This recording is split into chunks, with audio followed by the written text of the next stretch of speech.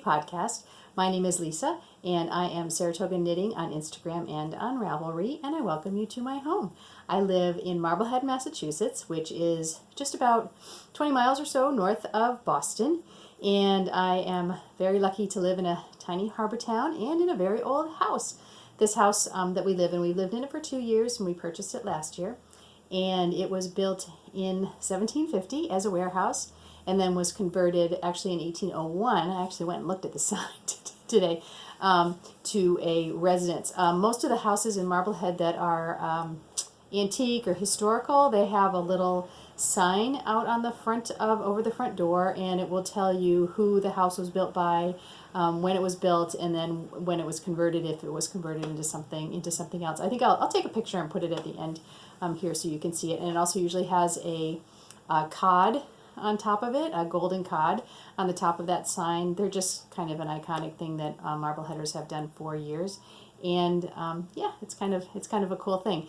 So I welcome you today. So this is a knitting podcast, and I will be doing several things today. I have some finished objects to show you. Yes, I have some finished objects. I'm really excited about that. I have lots of works in progress to talk about. We will do the next installment of Meet the Designer, and I have some purchases that I've made over the last few weeks, and then we'll have some chatter at the end. So let's get started. Finished objects. I actually have 4, I think. Let me see, yep, 4 of them today. That's pretty exciting. The first one, of course, is what's sitting here on my on my torso model here, and this is the Raw Work Trees, and it's a pattern by Katrin Schneider, and the yarn is from the Primrose Yarn Company. I actually won this yarn at our knit local getaway back in April, and it's just beautiful yarn, and it was put in kind of in the prize basket by Jacqueline Salem of the Brooklyn Knit Folk podcast, and this was a really great prize to win. It was supposed to be a sweater's worth, but it's a sweater's worth and more, as you will see. It's just really beautiful yarn. So this is the this will be my main Rhinebeck sweater this year. So myself and my sister-in-law Tracy, our friend Andrea, our friend Patricia, I think Lori, and our friend Lori and her daughter Corinne, I think, are all knitting this same pattern, and it was really pretty. This actually went very quickly. It went a lot quicker than I thought. And this is actually a really nice one too, because it has these traveling cables up the front, so you can see it looks like trees going up and down here, the leaves of a tree. And these are little bits of cables that you need to do, and they're just 1 stitch or 2 stitch cables. So we've been having a lot of discussions back and forth on Instagram, because, as you know, I am a big proponent of cabling without a cable needle. Absolutely. Tracy and I learned this technique, wow, lots and lots of years ago at a knitting talk that we went to, and the person that was talking just talked us through how to do it, and it was like, whew, next time I do cables, I am so going to try this. And it takes a few times, but there are actually a lot of really good YouTube videos out there on how to cable without a cable needle, and it makes a lot of sense once you kind of wrap your brain around what it is that you're doing. It just makes it so easy. I've said before, you can't do it on a large cable, so you probably wouldn't want to do it like on an 8-stitch cable, a 4x4. Maybe you could. Maybe I would try it on that. But if you get something that's much bigger than that, that can be an issue where you really do need to have it. Or if you have something like a traveling cable where one piece is going in the back and there's a middle piece that needs to come out and the back piece that one you might want to use a cable needle for. But other than that, really, once I do this technique, every time I do it, I'm like, this is fantastic, and I'm always a proponent of it. My sister-in-law Tracy, she came back to it again with this, and then our friend Andrea, Tracy actually had to go to Andrea's house and help her figure it out so she could like visualize what was going on. But that was great, and certainly it really helps a lot on something like this where you just have these 1x1 cables, because otherwise you're like putting it down, picking up the cable needle, going back and forth. And if you can do it without the cable needle, it just goes a lot quicker. And it's really just a lovely pattern. The patterning is all just on the front. If I remember, I think I'm pretty sure this was, yeah, I'm pretty sure this was top down. I'm trying to remember now what the pattern is, but I'm pretty sure it was top down. And it really is very, very, very lovely. It is, this, I have not blocked this yet, so this probably will block out a little bit bigger. It is supposed to be, it's designed to be an oversized sweater.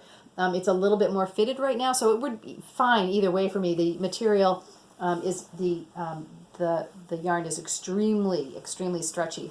So that really is not an issue, but I just haven't gotten around to blocking it yet, just because it's been too warm for the summer. So as the weather cools down a little bit, and certainly before Rhinebeck, I will block this out, but it really doesn't need it. I certainly could wear it this way. It has lovely, lovely drape. The sleeves are all plain, and the back is plain stockinette as well. So really, this is where the patterning is. So it really is, it's not a difficult sweater to make at all. It is knit on DK yarn, size yarn, so it also goes really quickly. So I was really happy with it. I just kind of, once I got this yarn and got some stuff off my needles, I knew I wanted to throw this right on. And really, this didn't take much time at all, and it was just a joy. It was a joy to knit. I knit a lot of it during my July vacation, so that was really nice to have it to just kind of pick up and go.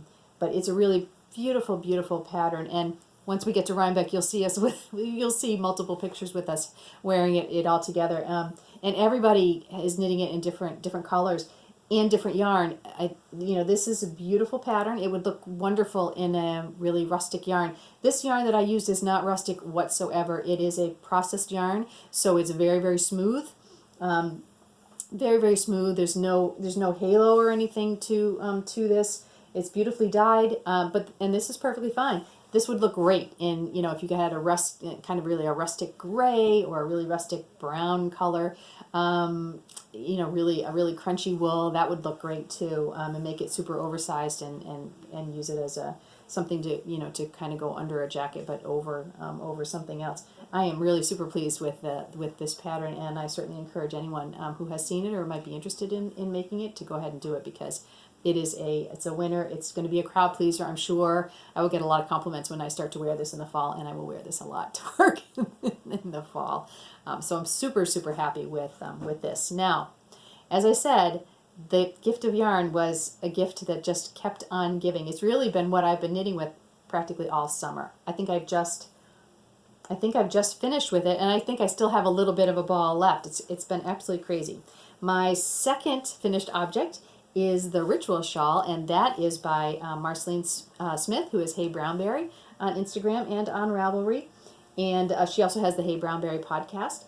And this is the beautiful, beautiful shawl that is made with this yarn.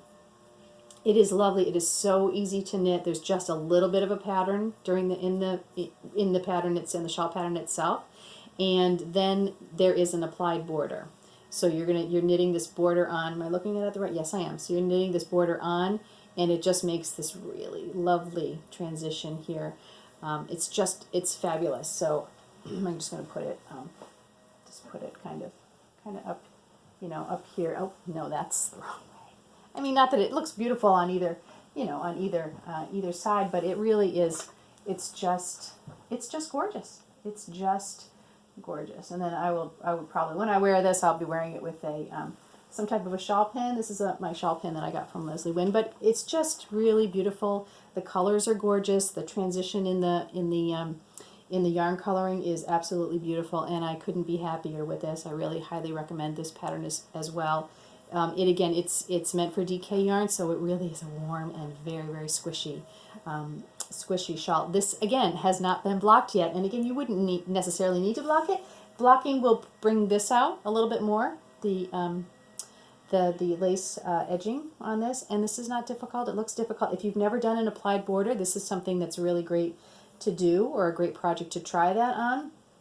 So when you do an applied border, you're basically knitting across and back, and you're picking up an edge stitch each time you come back to the main piece, knitting across, coming back, and picking up an edge piece. So then it has this really beautiful edging here where you picked them all up, and it's just this lovely piece of lace on the bottom. And it's nice too, because you don't, if you were doing this across, you'd need to have a lot of stitch markers to know where you were in the lace pattern. But this way, you just have, as like I said, it's like an 8 or 12 piece repeat, and it's really super simple to do. And I think this is maybe this is the second applied border I've done on a shawl, and I'm really happy with it. I know Sophia, when she was knitting some shawls, this is what was her absolute favorite, was to do an applied edging like that. I think it's really, really beautiful. So again, this is the Ritual shawl. Beautiful, beautiful pattern by Hay Brownberry. And I'm going to take this off because this is the yarn that keeps on giving. My third finished object is called Host, and it is by Lisa Bogenald. And I've seen pictures of this on Ravelry, and I was always intrigued by it. I thought it was really beautiful. It's just a cowl, and I thought it was really super beautiful. I think the original picture of it is in this burgundy color, which it would be beautiful. But I was like, you know what? I've got Call for DK here, and I'm like, I've got some left, so I'm going to go ahead and try this. So this is a cowl. This is what it looks like. It looks kind of funny. Super stretchy, but when I put it on, I'm going to put it on the mannequin here, and you can see what it's meant to do. Put it over. So if you pull it down like this, and then if you wrap it around and fold it over. So this is basically what it will look like when it's on. So it's meant to go out over, kind of around your, not over your shoulders, but out to your shoulders, and then up, tightening up in the neck. You can wear it all the way just opened up, so then you can pull it up over, over your mouth or your nose, and if it's cold, you can fold it over like it is here, and use it that way. But I just love this. This is really, really cool. It starts out, it's really basically just a rib pattern, and then you do some decreases, so the rib is smaller up here, so then it pulls into your neck. But it's really super beautiful, and I thought this was interesting when I put this on this morning. I think that you can see this here. I've spoken about this before. When I got all of those beautiful skeins of Primrose Yarn Co. Yarn, they were all in the same colorway. I don't know what the colorway was called, but they were all one colorway. But they're individually dyed, so there is always going to be variation when you purchase an indie dyed yarn. And if you're using it for a big project, what you usually want to do is do some type of using different balls at different times. So basically, when I did this sweater, I knit 2 rows with one ball of yarn, and then I switched and knit 2 rows with another. So then the transition of, because the two colors, if you just knit them together, if I had just taken one ball and just knit here, and then started the next ball and knit here, there probably would be some type of a really visible demarcation line, just because of the nature of indie dyeing, because all of the skeins are not exactly the same. So in order to avoid that pooling or that line demarcation, you just need to alternate skeins as you go. Every 2 rows, every 3 rows, every 4 rows. You can see as you're doing it what looks best on the pattern that you're working on. But you can see the difference here, I think. Hopefully it comes out on the screen. This is exactly the same yarn. So if you had purchased this yarn color, you potentially would get skeins that looked this way. And you can see how different this skein is. This is much lighter in color and tone than the body of this of the actual sweater. So that's where you could see, if I had just used one color here and another color here, that really wouldn't have gone very well together on the patterning. Now it doesn't matter on something like this, because I use so much smaller. I probably used less than one skein of yarn on this particular project, but I just thought that was interesting when I put it on here this morning to test it out, to see how different these colors looked. And they are the same colorway of this Primrose Yarn Co. Yarn. So I just thought that was kind of an interesting thing to see. My last finished object, I showed you as these were in progress, are my Sanderson Sisters socks, and they are by Sarah Losey, my friend Sarah Losey. I love this pattern, and I love this pattern because it just gives you, it's a little rib pattern down one side, so it just gives you enough interest to keep you going. Everybody likes just a vanilla sock. I usually don't do just vanilla socks because I just get too bored with just knitting around and around and around on a sock, so I like to have a little bit of something. I say this all the time, but I travel to work on the bus and on the T because I work in Boston, so I have a long commute in the morning.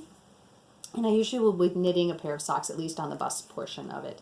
And, you know, it's good to have something that's not too intense, but something that at least is kind of engaging your brain a little bit. And this pattern does, because it just gives you this beautiful, beautiful color down here.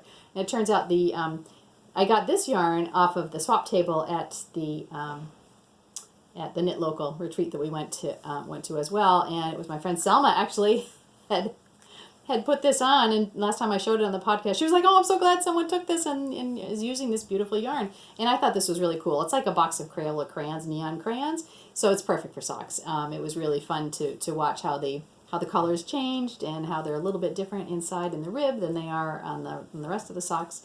I usually knit socks toe up with a fish lips kiss heel because it fits me really, really well. So I do have two of them, but I'm using the sock blocker for one of my whips. So again, this is one of my favorite patterns. I go to this a lot. I probably have knit 3 pairs of these Sanderson Sisters socks. And the Sanderson Sisters is a reference to the American Halloween film Hocus Pocus, part of which was filmed in Marblehead as well. So there's lots of good things about this sock pattern, but I'm really, really happy with these. These will certainly go into rotation as it gets a little bit cooler. All right, so those are my finished objects. So now let's move on to some works in progress.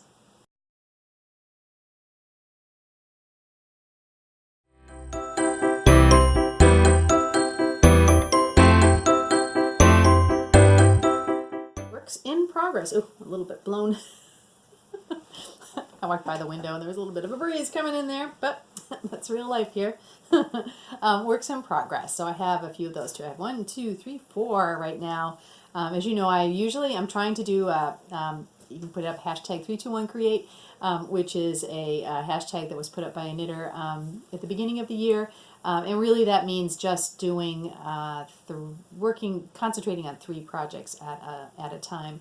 I actually have 4 because I have one of these I usually leave at work just in case I need, I have a moment to knit that I can pull it out of the bag. So I don't have a lot of progress on it. It's getting there, but I have been knitting it occasionally if I can't go out for a walk at work. So, but I usually am concentrating on 3, and then I just have that 4th one as an extra this year. But the first one that I'm working on is these are my commuter socks right now. So this is what I'm working on the bus.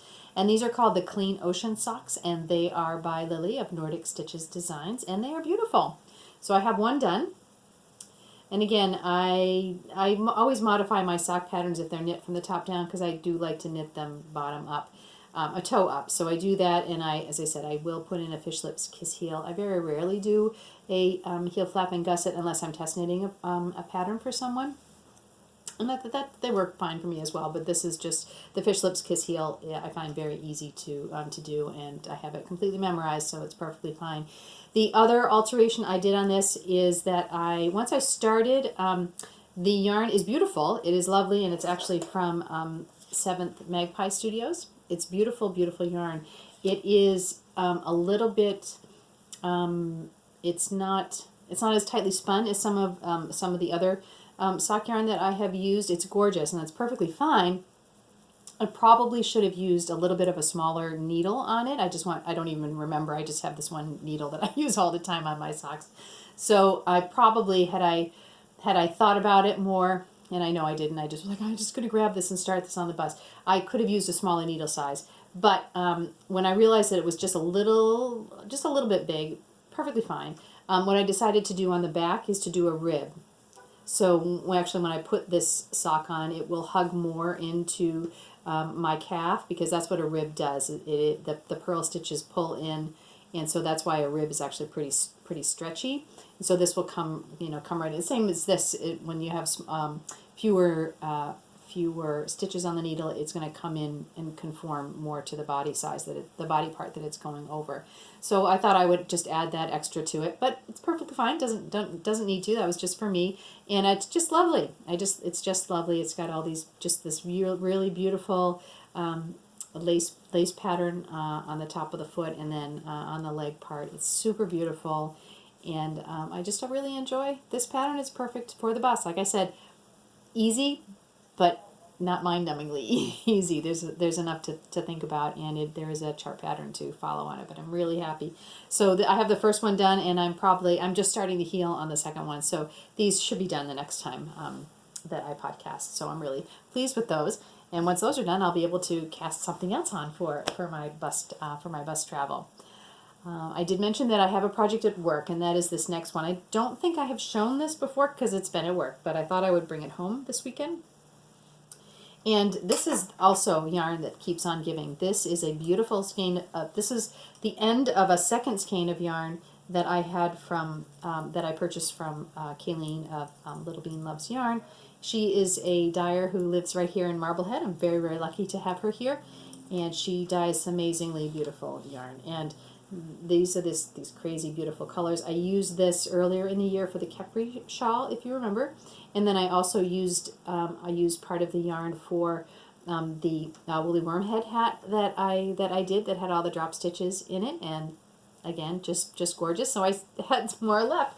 So this is a pattern called If Jessica Jones Had a Hat, and it's by Smine, S-M-I-N-E. That's the name that's given in the pattern. I'm pretty sure this is a free pattern on Ravelry. And I don't watch Jessica Jones, but I know it. And I guess Jessica Jones, the character, wears a very long scarf all the time, and it is it's a linen stitch scarf, and it's pretty obvious if you're a knitter that it's a linen stitch scarf. So what this person did is put together just a hat that's in linen stitch as well. So this will be really kind of cool. It'll be super warm. Well, I shouldn't say super warm because this is pretty fine yarn, but this will be great for early winter. And it's 100% linen stitch. So basically you are knitting a stitch, putting your yarn, leaving your yarn in the back, slipping a stitch, bringing it forward. So you are doing a lot of work on each row. It doesn't necessarily look like a lot of work, but linen stitch can be a lot of work, especially on smaller needles. The brim is made with a little larger needles. You really can't see the transition, but it will hug into the head just a little bit more, and then you transition into a different size needle for the rest of the hat. I'm almost done. I have to knit up for 10 inches. I probably am on 8. I probably have 2 more to go, and then you just do the crown decreases. So it's meant to be a little bit of a slouchy kind of hat. So I think it'll be really, really pretty. And the colors, gorgeous, very, very, very beautiful, beautiful colors. I'm super happy with this. I just love Kayleen's yarn. I love her sense of color. It's just really beautiful. This is going to be a fun hat to wear when I get it finished. Let's see. My third pattern that I'm working on is it's called Moon Dust, and that is by Kay Jones of the Bakery Bears. It's part of her Swish and Flick collective that she put out a few months ago. So it's a 6-month pattern club, I think, and so all the patterns are based on Harry Potter themes. This one is called Moon Dust, and it's a really pretty. It's a pretty wrap. So basically, it's a wraps around your neck, and it will have a button on it, and it's really nice. And it's actually made with bulky yarn, thicker yarn, so it's knitting up really, really fast. And this is the start of it right here. So it's really pretty. So it's got this chevron thing going on, and then this goes up around. You have to knit quite a bit. It goes up around your neck and comes back around, and it conforms in. I don't know. I haven't gotten to that part of the pattern yet, but it conforms in a little bit, so it's kind of resting on the back of your neck, and then it comes around, and you will attach it. You can attach the 2 pieces together if you would like with a button. So I'm really pretty happy with this. This is probably going to be a Christmas gift, maybe for my mother-in-law, and it is. It's knitting up really quickly, really quickly. It's beautiful. All the patterns in the collective are beautiful. I actually test knit one of the sock patterns in there, so, and all of the patterns are just really, really beautiful. I think Kay said that starting in, did she say the first of the year, December sometime? But anyway, you can keep an eye out for it, and I'll mention it here too when she does. But you can't buy the patterns individually right now, but she is going to open them up once the pattern club is finished. She will open it up so that you'll be able to buy the patterns individually, and they are very, very beautiful. And this is super soft yarn. I'm really excited about this. This is going to be a great, my mother-in-law is always looking for things to go around her neck in the winter, which she needs because she tends to get pneumonia every winter, which is not a good thing at her age. So I think this will probably end up being a very nice Christmas gift for my mother-in-law. Yeah, so I'm very pleased with, very pleased with this. My main project that I am working on, I need to grab the bag for that, is, I have this in my great Hogwarts bag. I got this. I either got this or maybe Sophia got it in the swap once. Maybe Sophia did and I took it from her. I don't know, but it's beautiful. I love it. I love it. This is the New Leaf sweater pattern by Jennifer Steingass, and it is just a gorgeous pattern. I am using that huge cone. I've shown you this before. This huge cone of Jamieson and Smith that I picked up in a sale from the Woolly Thistle from Corinne. And this is amazing. I feel like I will have this cone of yarn. I probably will be taking this with me on my deathbed because I don't know if I will ever use all of this. But it was great. I've never knit from a cone before till this year, and I thought this was a really great deal. It's really great. It's fingering weight, and it's a beautiful gray color. So I'm very pleased with it. So this will be the main color for the sweater.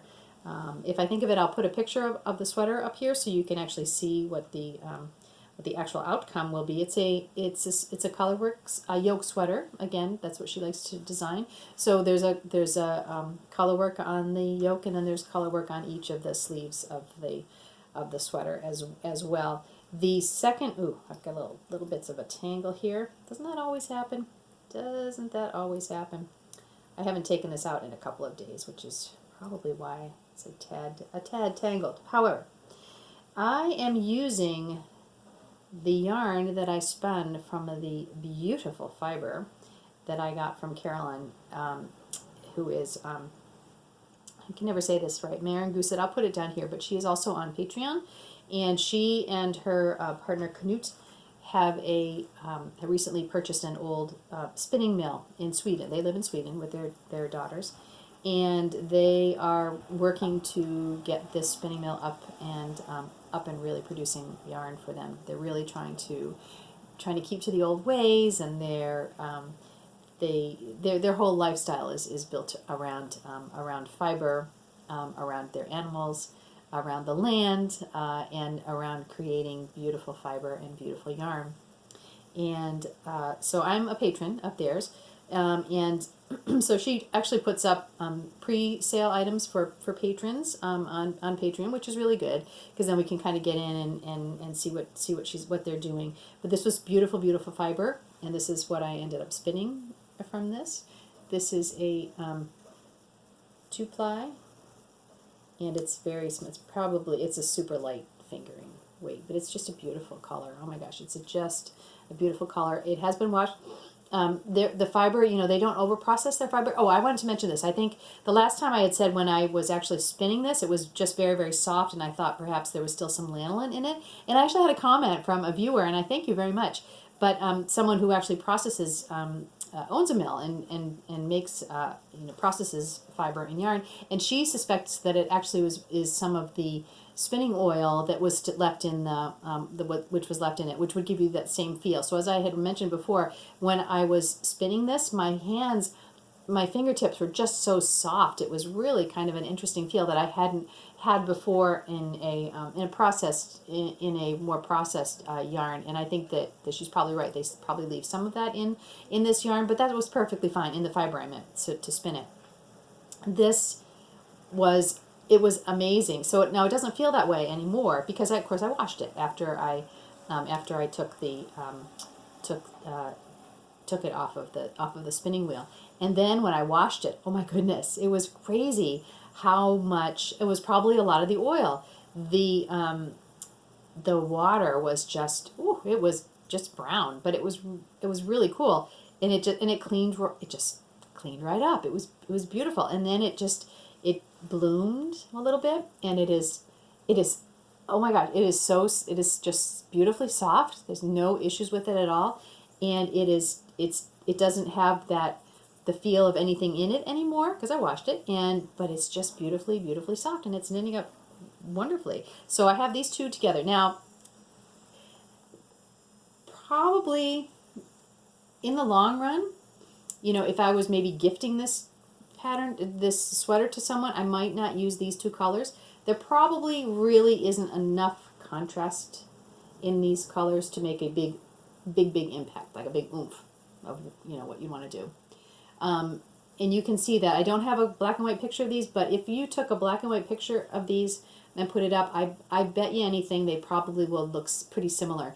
If you have two colors that you want to put together and you take a black and white picture, you can actually see what the contrast is going to be. I suspect there's not a lot of contrast in these two if I did that black and white, but I really love the colors, and this is for me, so this is what I'm gonna do. And it will be perfectly fine. It just won't.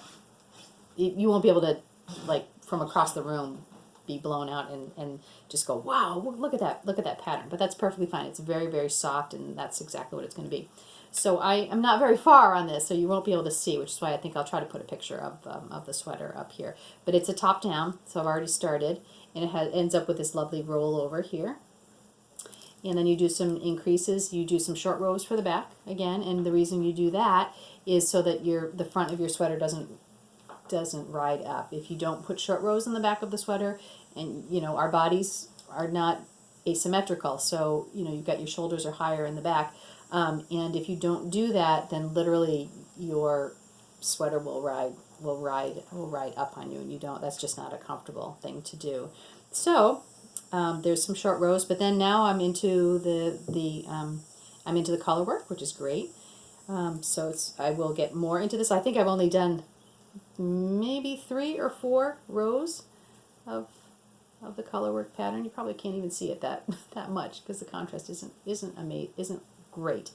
But as I said, it will be enough. For me, it's going to be beautiful. I'm going to know that it's there, and I think you probably actually will be able to see it as we get, as I get more deeper into the pattern.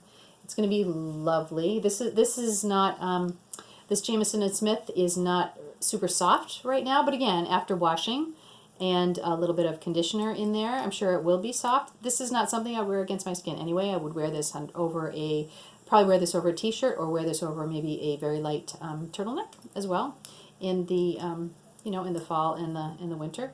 And I'm really enjoying it. I love knitting yoke sweaters. They're really my favorite thing right now. So this is coming along. I'm really happy with this. I doubt that I will have this finished by Rhinebeck. I mean, maybe I'll be working on it at Rhinebeck. I don't know that I would have this finished for then, but I'm not in any particular rush on this. This is for when I get home in the evening and have a little extra brain power left and don't need to just have something mindless on the needles. But it's really beautiful. The Woolly Thistle is having a sweater knit along. So I've entered this in that. I think you have to use 80%, at least 80% of the wool in the garment has to have been something you have purchased from the Woolly Thistle, which in my case I'll be able to participate in the Woolly Thistle purchased gals for a long time to come. But yeah, this is going to be really beautiful, and I have been looking forward to casting this on, and I'm very happy that now that I have. I think this is going to be really beautiful when I get it finished, and I'll be planning on my next one. Not sure what that will be yet, but I will be planning another yoke sweater. I think at this point I'm probably always going to have some type of a yoke sweater on the go. My goal would be to be able to wear a different yoke sweater 2 weeks in a row. So I would have enough. I'd love to have 10 yoke sweaters so I could have a different one each day to go to work for 2 weeks before I started the rotation again. So we'll see how I do with that plan. But yep, so those are all my works in progress. So now let us move on to the next section.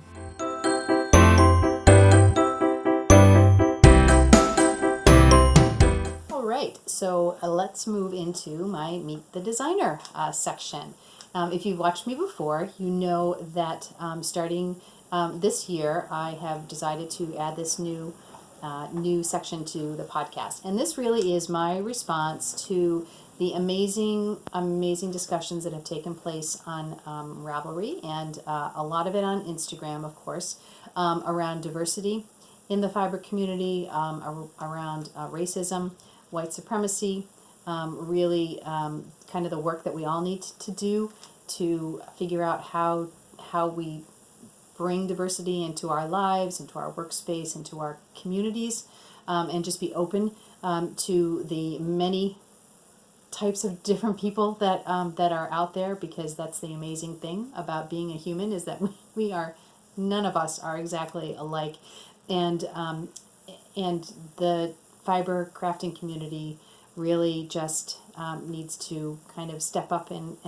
embrace that idea, and really just open our arms to be accepting to everyone, because we all enjoy making. That's really why we're here. And as part of all the conversations that have been going on, I really have found some amazing new designers to follow, and that I really like to highlight. There are just new people that I've never heard of who are making beautiful yarn. They're designing beautiful things. They're making beautiful fiber. They're just creating some amazing, amazing things. And sometimes on a place like Ravelry, because it's so large, you just really don't, you aren't necessarily exposed to them. You know, if you go to Ravelry and just look at the hot right now patterns, those are great. A lot of times they're going to be by a big designer, because everybody's really comfortable with those big designers. They know the type of patterns that they put out there. Everybody wants to knit them, and that's perfectly fine. But there are just a lot of people that are kind of maybe just a little bit under the wire. And so I am trying this year to kind of highlight some of those, and I've really been having a great time with that, and I've gotten some really nice responses about that. So a couple of times, 2 times ago, I actually had highlighted the designer Lana Joy, who was actually delightful. She messaged me, we talked back and forth a couple of times, and she actually has offered to actually gift the pattern to the lucky recipient. I had chosen a person to win a pattern of hers, but I had not heard from that person, so that person hadn't responded. So I went ahead and re-pulled from that thread, and this time it random.org came up with the post number 13, who is Jane, who is Jay-Z's 212, I think, and she's from, I'm not going to say this right, Skelmersdale in the UK. I just love that. I love that name for a town. That's amazing, Jane. Just amazing. Anyway, Jane had chosen, she had talked about the Coralina pattern, which is this gorgeous, beautiful lace wrap pattern. So Jane, I am going to let Lana know, and she will more than happily, she is very happy to gift you that pattern. So that should be showing up shortly in your mailbox as well. So that was lucky for you, Jane. And last month I had highlighted Lauren McElroy, and then so I went ahead and did a random.org on that as well. And the post number 7 is the lucky winner, and that is Maria Lane. And Marie actually chose the Dolman Diamond Lace Tank. So this is the pattern that she chose, which is really beautiful. So Marie, you will very shortly be receiving this. I will gift this to you, and you will receive this as a pattern on Ravelry. And really, anybody who receives a pattern, we would love to see if it gets knit, if you knit it up, and what yours turns out to look like. So I'm really happy about that. I look forward to seeing that.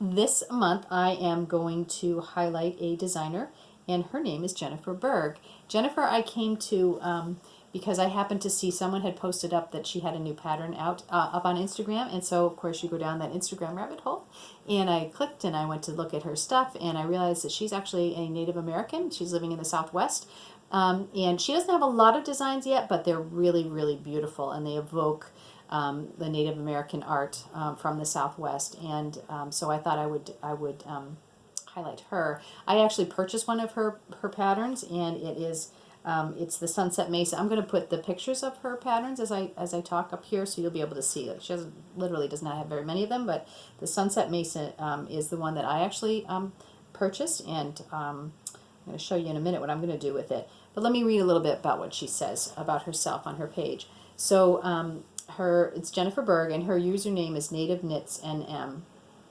So Native Knits, I think she lives in New Mexico, of course. My name is Jennifer Berg, aka Native Knitter. I dove into the design world this past summer with a full force attitude, and the community has been amazingly welcoming.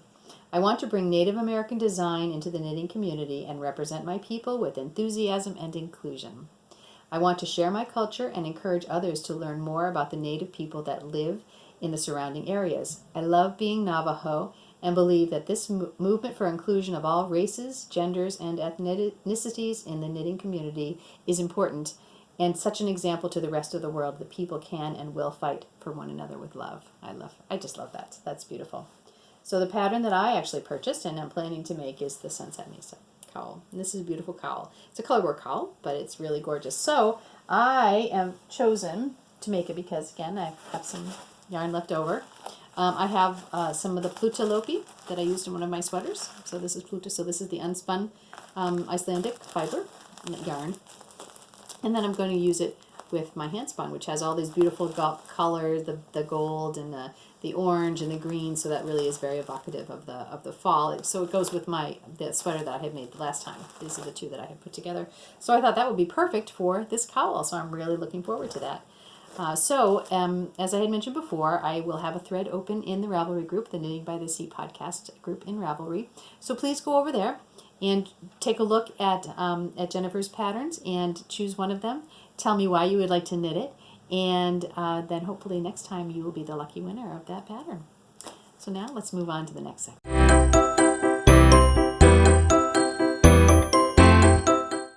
All right, well, I have made a few purchases since the last time we spoke, and I thought I would share them with you.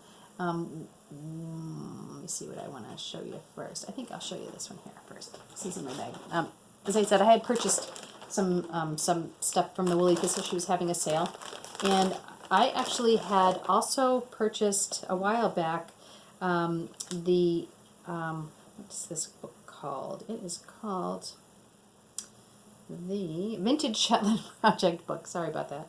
That is by Susan Crawford, and the hardcover book is gorgeous. It is very, very expensive, but it is a gorgeous, gorgeous book. Now, I did not purchase the hardcover of it, but Susan just recently, a few months back, came out with a digital version of it, and it's fantastic.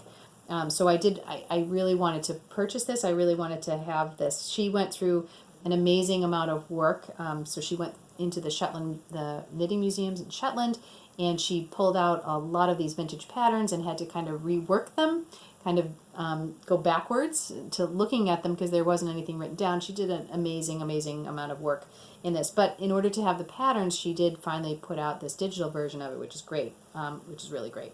So I'm really excited about this.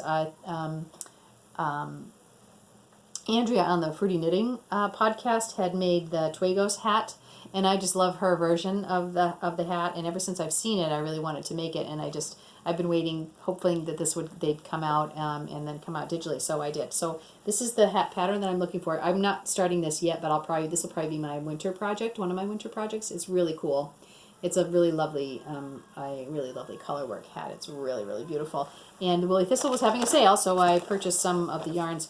So I have all the different colors of it. I didn't want to go with quite as much of a white, so I'm going to go with a cream, more of a cream. So these are all the Jamieson and Smith colors. One other color. Is there one other color? Oh, yeah, here we go. So this is what my color palette is going to look like. This is just a little bit more of a creamy color, natural color than the white. But I think this is really going to be beautiful. And you only have to get one of each of these. I will have lots left over as well when I'm done with this. So I'm really looking forward to that hat. That'll be a really great great hat to have. So I'll be doing some color work this winter, so you can follow me on that when I do that project. But that was the first thing that I got really very excited about it. And then what was this? Oh, and I actually got some. I ordered some yarn from Sweet Sparrow, Sweet Sparrow yarns from Julie. I'm lucky enough to have met Julie. She actually comes to the Knit Local retreat that we have every year. And I've known her for a few years, and I just have never had an opportunity to knit with her yarn. And she was having a sale again, and so I thought I would get some. So I picked up this really beautiful skein of sock yarn, and it's called Calamity Jane. And I couldn't resist it because I think I said last time, we binge watched all the way through all of Deadwood over the last month or so. So when I saw this, and the colors are just really beautiful. I'm really drawn to these really deep, really earthy kind of fall colors. So I think this will be beautiful. I'm not sure if this will be a pair of socks or it may just be kind of a neck, maybe a hitchhiker or something like that. But it's just really beautiful. And again, Julie from Sweet Sparrow Yarns. Yeah, so just beautiful. I'm really happy with that. I have all my bust knitting all set to go. all my stuff. And then on this past weekend, we really had a lot of fun. Sophia's friend Sarah, and my friend as well, came down from Burlington to spend a weekend, and we had a little mini yarn crawl on Saturday. We went over to Circle of Stitches in Salem, and we met up with Anna, and we did some damage there. I bought one skein again of this beautiful spun right round. I've knit with this before, and she has this there. So this is sock yarn, and again, this is really gorgeous. This again will either be a pair of socks or it will be something to go around my neck. Have not decided yet. I might be doing a test knit for someone coming up, so I was thinking maybe I might use this as the test knit socks, and this is something around my neck. Haven't decided yet, but it's always nice. As you know, I don't really have I don't have a big stash at all. So I usually, if I'm going to buy yarn, I usually have a plan for it, and so I have a plan for both of these. And also, when Julie was having a sale, she actually was having a sale on 3, I think they were mystery colors, or maybe one of a kind. I forget what they was. So it's a mystery, yep. So you purchase 3 of these. Her Goldfinch Superwash Merino. 231 yards, and I actually got 3 of these, so it's a DK. It's really beautiful. Look at all those crazy colors. So I have 3 that are like this, and my thought for this, I think I've mentioned before, I love the Clapotis pattern. Clapotis is an old pattern on knitting. It's from several years ago. I've made 2 of them so far, and I've been thinking about making a third one. This is the original one that I made, and it's kind of ratty. It's still really nice, but it's probably, I don't remember when the pattern came out, but this was way back. I want to say I made this. This is probably, what is it now, 2019. I bet it's probably like 2012 or earlier. It's up there, but it's really beautiful. It's a drop stitch pattern, and it's really simple. It's kind of knit on the bias. It's really kind of cool, and you get to drop all these stitches down. And I remember just really enjoying knitting it. So I'm thinking that I make another one of these because I have 3 skeins of this. I think that would be really a cool, fun knit. So that's my plan for this yarn. And then on Saturday, when we went to Circle of Stitches, we looped back around, and of course we had to go to Marblehead Knits, and that was really fun. There was actually nobody in there when we went, so we sat down and we got to talk to Kate for a while, and we had a really nice time. And that's where I actually got the blue yarn that I'm making the scarf out of. So that was actually this yarn here, and it's Cascade yarns. It's 128 superwash, so it's really 128 yards of superwash. So that's why it's really, I love that's that crazy color. It's lovely. And then on the table she had this really beautiful pattern for fingerless mitts, and I don't remember the name of it, but I'll put it here so you can look at it on Ravelry. And she knit it out of this beautiful sparkly yarn. So I couldn't resist, because I actually have someone that I want to make a Christmas gift for, that I think these will be perfect, and the sparkly part will really be what makes it. And they're beautiful mitts that are fingerless, has a thumb, but they're fingerless, and it's ribbed, so they really, again, I'm on a ribbed kick today, but they really hug the hand, and it's beautiful. So Sophia will help me out to choose, and so this is a gray, and oh, you can see the sparkles on here.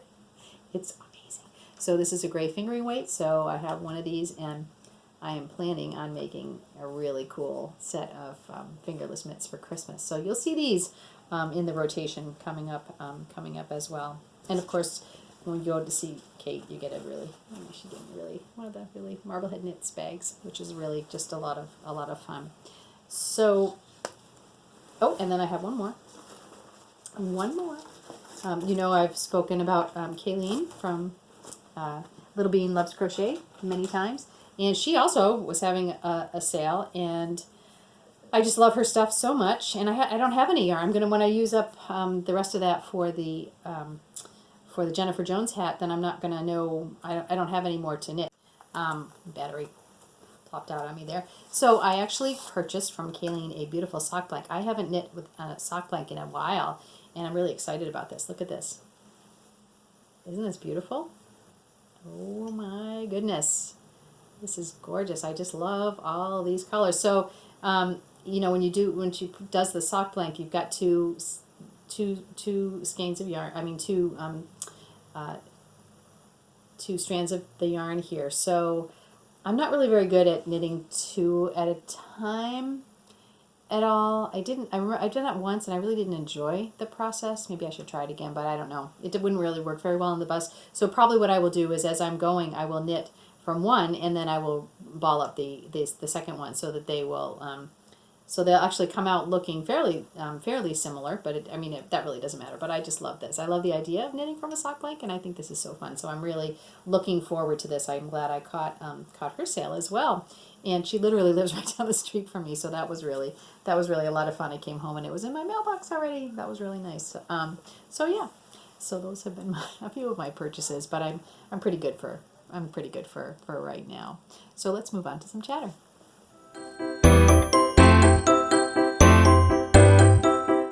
What's been happening? I think I mentioned the last time there was a movie, or there still is a movie being made in Marblehead. It's a Halloween movie on Netflix, and it's been crazy. It's just been crazy. So every now, they had that really big section where they were had all the Halloween decorations up on the main part of Old Town, and then they did that for a few days. Then they were done, and then literally a few days ago, I went back and I was like, wait, they're back again. So some of them were back up again, and I think what they've been doing is kind of doing cleanup shots. Little things that they haven't done, and there's still a few places around town where it's like a pop-up movie. Like in the morning it's not there, and in the afternoon it's been decorated for Halloween, and then the next day it's gone again. So it's really kind of crazy. So I'm really looking forward to seeing that movie when it finally comes out, and I still anticipate that it's going to be out on Netflix at around Halloween, because that's what it is. It's a Halloween movie. So watch the space. I will be sure to tell you when it is, and you can see everything about my little town right on that movie. So that was really fun. We had a big storm come through here a few weeks back as well, and that was not so fun. We knew that there were storms coming through that day, but we didn't know, and I think Marblehead actually bore the brunt of it. Sometimes, it came through kind of like as some microbursts came, and they were literally right into Marblehead. They destroyed so many trees in town. Like literally, we couldn't the buses wouldn't run between here and between Minden Square, which is just outside of Marblehead, and Marblehead. The buses were stopping, so we had to do this crazy thing where Mark had to try to come and get us, and it was really bad. There's a tree across the street in Crocker Park that just went right down. The people right next door were very lucky that it didn't hit their house, but there was a lot of damage. There's a damage to this really beautiful iconic tree up at Fort Sewell, so that's really sad. I'm not sure if they're going to keep it up or what. I don't know that they have assessed really the health of the tree yet, but it's just this beautiful, beautiful old tree. So there were a lot of those trees that were down, so that was a little bit crazy and unfortunate. You always hate to see that happen. What else? Sophia and I went up to Newbury to go to the Fiber Revival, which was really fun. That's a day at this beautiful historic farm. It's like a farm museum, and people bring their spinning wheels. They have a few vendors there, and it's just a lovely, lovely afternoon. I've done it. I think this was maybe my third or fourth time, so that was really fun. I got to meet up with my old knitting group that I miss. They meet on Wednesday nights, and I just can't get there in time.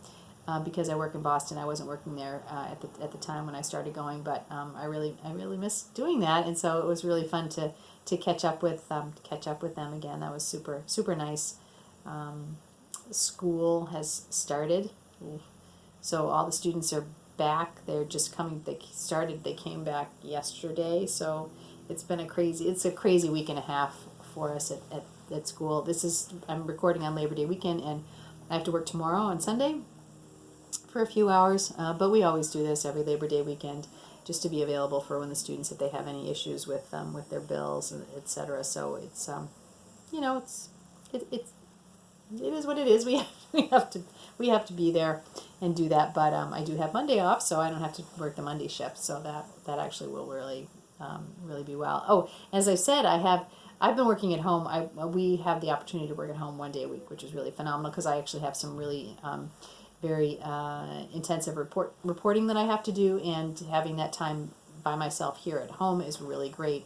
And Mark works at home, so he's here. And now Sophia's company has offered them the opportunity to do that as well, and so she put in for it, and they approved her. She's home for 2 days a week. I'm like, what's going on here? So on Monday we're all home together. So she's upstairs on her computer and in her little office. I'm downstairs on the table there, and Mark is up here on his computer. And this is why we switched to Fios, because we really needed that super fast internet, which has worked great. Nothing drops. It's really working very, very well for us. So yeah, so it's a lot of fun. So on Mondays we all three of us go down to the Driftwood and have a little breakfast before we come back and set up and get ready to go to work. But man, she's here 2 days a week. I cannot believe that.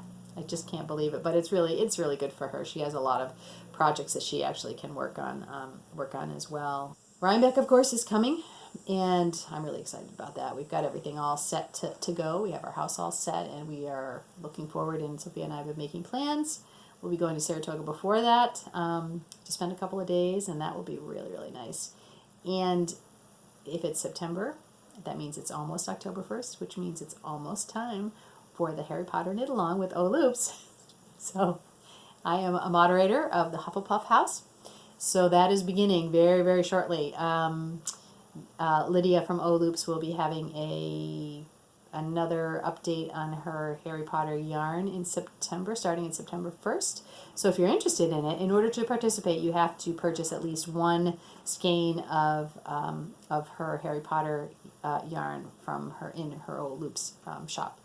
And just one skein. You don't even have to knit with the skein during it, but it's a 3-month knit along from October through December. You get sorted into a house, so you will have a house.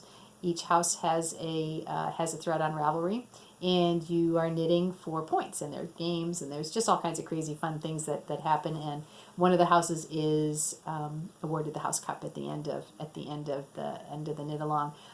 This is our 7th year. I have been doing this for 7 years. I cannot believe it's been 7 years, but it's pretty exciting. So that is beginning. So if you're interested, you can go on over to the O Loops group on Ravelry and take a look. The Great Hall is already open, so you're invited to come in and say hello and meet everyone.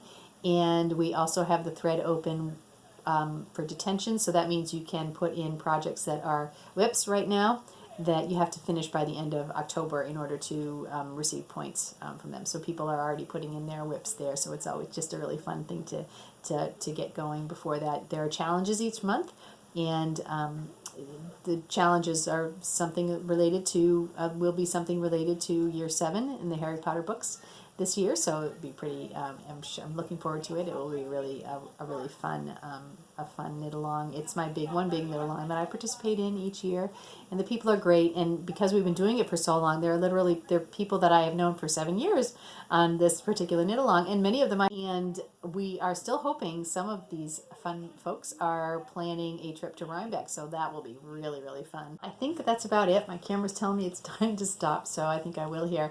Don't forget about the Meet the Designer giveaway, and remember, it's just knitting. Bye!